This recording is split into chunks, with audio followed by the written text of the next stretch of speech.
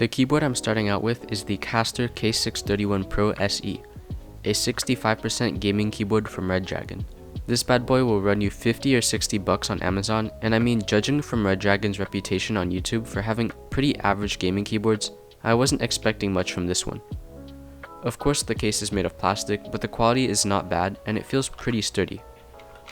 The keyboard comes with some pretty run-of-the-mill shine-through gaming keycaps with blue accents.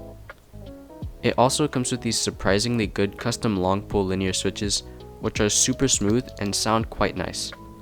If you don't like them, this board supports hot swap with 3 and 5 pin switches. Lastly, this board has support for wired and wireless connectivity via USB-C, Bluetooth, and 2.4 GHz. Before we get modding, here's a quick sound test of the board straight out of the box.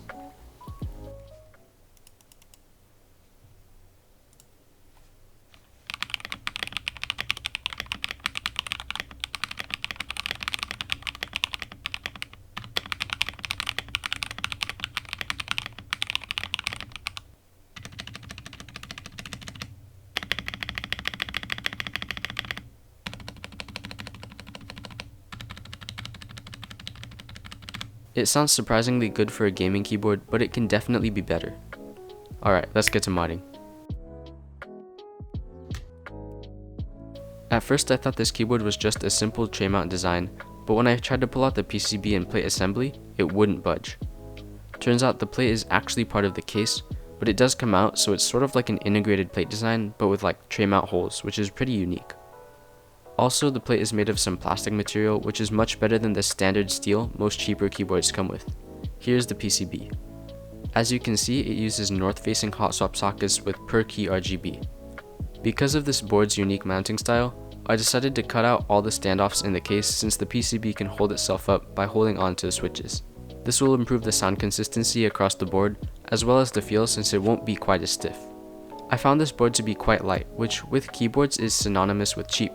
So I did a little thing called the penny mod, where you tape pennies to the inside of the case. It gives the keyboard more weight, making it feel more premium, and I think it helps with the overall sound of the board, similar to how a weight improves the sound of higher end keyboards. Moving on to the PCB, I did the PE foam mod, which will hopefully give me that nice creamy sound signature. The switches I'll be using are KiiBoom's Matcha Latte linear switches. These have a great factory loop application, and they have a long pull stem, which should allow us to use cherry profile keycaps. I also lube the stabs, but they suck, so we don't talk about that.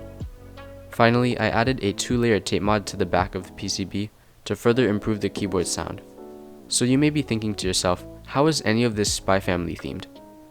The first thing I did is I added some designs to the case. I'm not the best artist, so I stuck with a pretty simple drawing.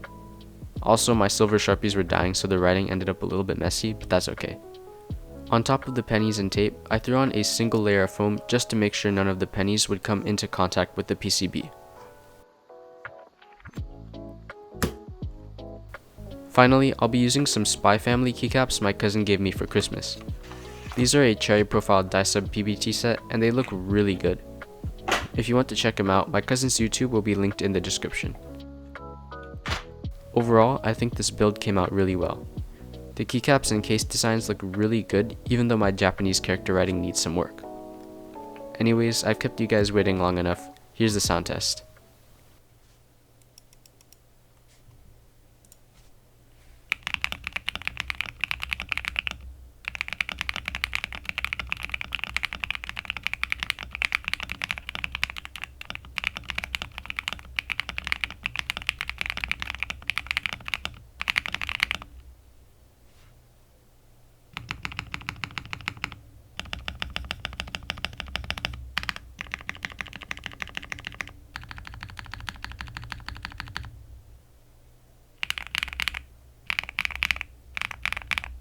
It honestly sounds so good.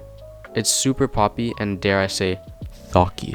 And for a cheap gaming keyboard, it just blows my mind how good it sounds.